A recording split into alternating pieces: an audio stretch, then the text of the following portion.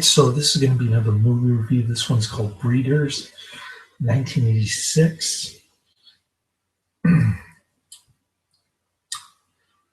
Not rated, non-rated, 1 hour, 17 minutes. It might even be public domain because I see a couple people uploaded on YouTube with hundreds of thousands of views. This is going to be another B-movie type of low-budget horror flick. My kind of flick. I gave it 5 out of 5 stars. The dialogue is hard to follow at times. I had to pause and rewind. On a couple occasions, the actors flub the lines, and clearly the sets are cheap. The alien in this one is just a guy in a rubber suit, but there are some cool looking scenes towards the end of the movie, which I'll get to later. It's sort of like Ed Wood meets Don Dohler meets Joe Castro kind of film.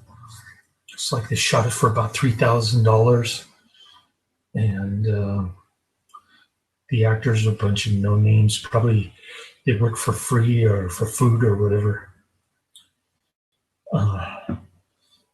There's cocaine in this movie, so maybe they work for coke,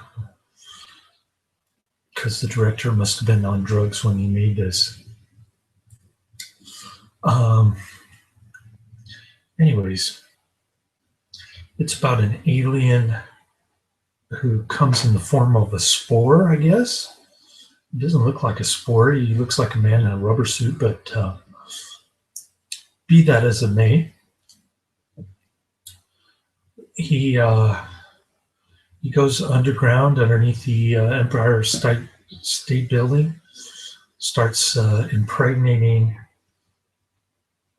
virgin women, raping them and impregnating them. Now, if you're a feminist, you probably say, oh, it sounds like a typical man who thinks with his dick.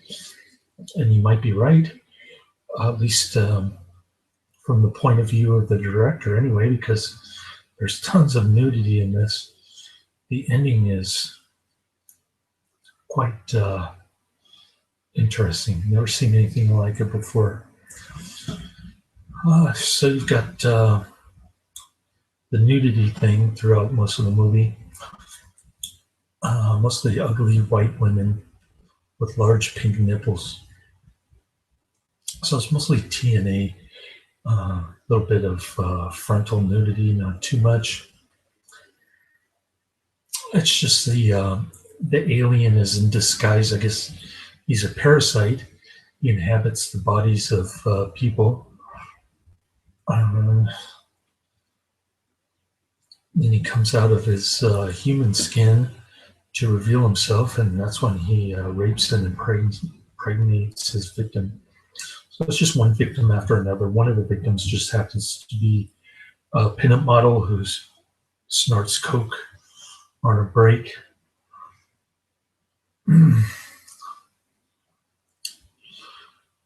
I guess she's an 18-year-old virgin. Anyways, for some reason the alien prefers virgins. I know why. At the end they explain, because the alien thinks that virgins are pure and can't get any sexually transmitted disease from virgin.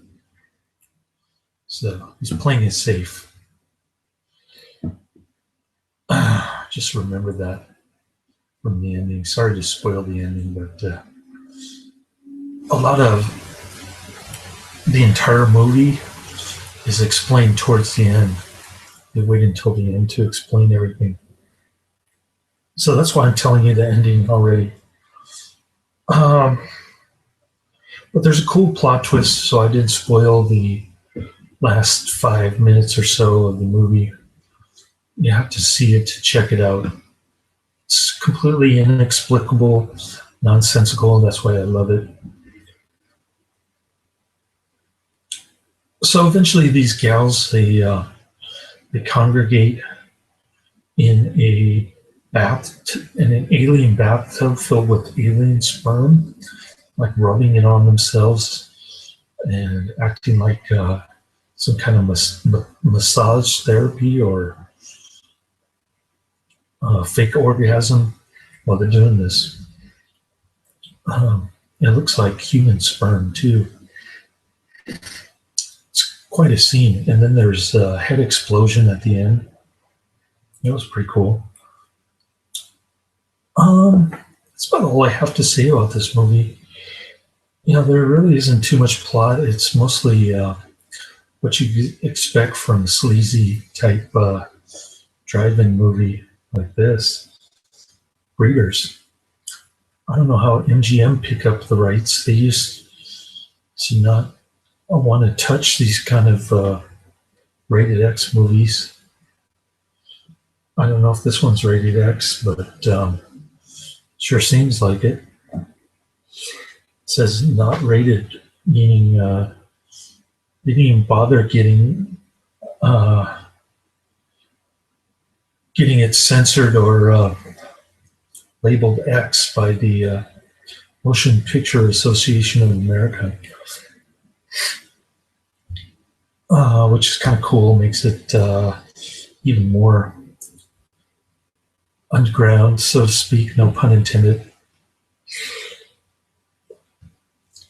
So there's that. There's a completely inexplicable looking, it's like some kind of de-evolution creature, like a deformed boogie boy towards the end. I don't know what that's about, but that thing gets whacked over the head and stabbed with a wooden plank. It's funny, towards the ending, the detective and the physician who's treating all these women, they somehow manage their way down to the basement where the alien does his business. Don't ask me how they got there, because I don't know. It's not really explained properly, or maybe the dialogue doesn't make sense. Not just for me, but other reviewers as well. So they're down there. They just happen to see a gas can and a lighter. So they light that deformed boogie boy looking thing on fire. At least the detective does. Gee, it's nice to have that kind of stuff handy right next to you while you're trying to avoid danger. Then magically they find a cable. And they tell the train operators upstairs to electrify the third rail. So they stick the cable in the tub of sperm, and I guess that kills all of the women for some unknown reason. Presumably so that they won't breed offspring, hence the name of the movie, Breeders. I don't know, I'm just guessing. All in all, it was a train wreck of a movie. A lot of it didn't make sense. A lot of it was low budget, kind of poor job of editing, poor job of acting, you name it. It's one of those so bad that it's good type movies. And I mean that, when you watch the ending, you just be amazed at how strange it is with the shots of the protagonist in dark black background fighting the aliens. It's just incredible. Even the ending is like that, with the shot of the doctor in pitch black, only light being around her torso and her face. It's just incredible the way they shot this. It gets a very low rating on IMDb. I forget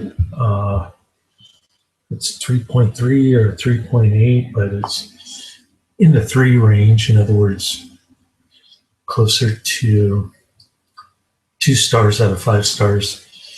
And it probably gets the same kind of rating on Netflix. But I enjoyed it. I don't know how Metro-Goldwyn-Mayer got involved with this, why they bought the rights, but probably because it's public domain and Alpha Video doesn't want to touch it since it's kind of a sleazy softcore porn type thing.